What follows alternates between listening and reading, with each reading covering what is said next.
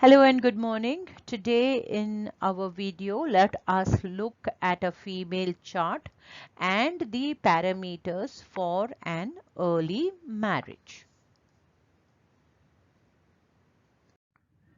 Let us look at the female chart born on February the 2nd, 1981 at 3:50 hours, Mumbai, Maharashtra. And she was married on May 2nd, 2004 at the age of 23. Ascendant is Sagittarius, having no aspect. Seventh house is Gemini, is also free of any aspect. Jupiter, the Lagnadipati, is conjoined with malefic Saturn.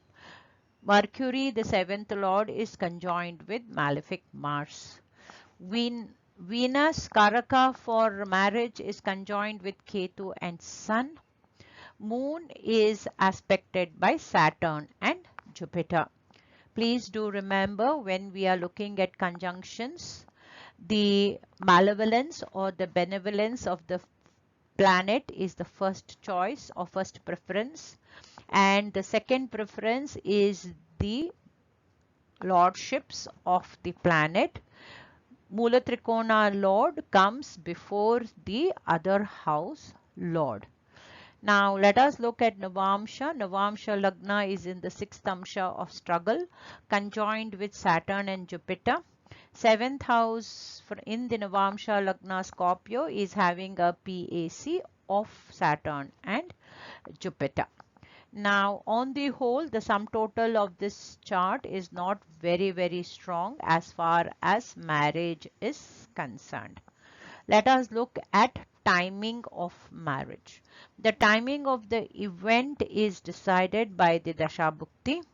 The native who had the Mercury Dasha during the time of marriage, which Bukti will give us marriage? The Buktis of the seventh lord, the Buktis of the ninth lord, the Buktis of the fifth lord, the Buktis of the Navamsha Lagna, and the Bhuktis of the seventh house from the Navamsha Lagna.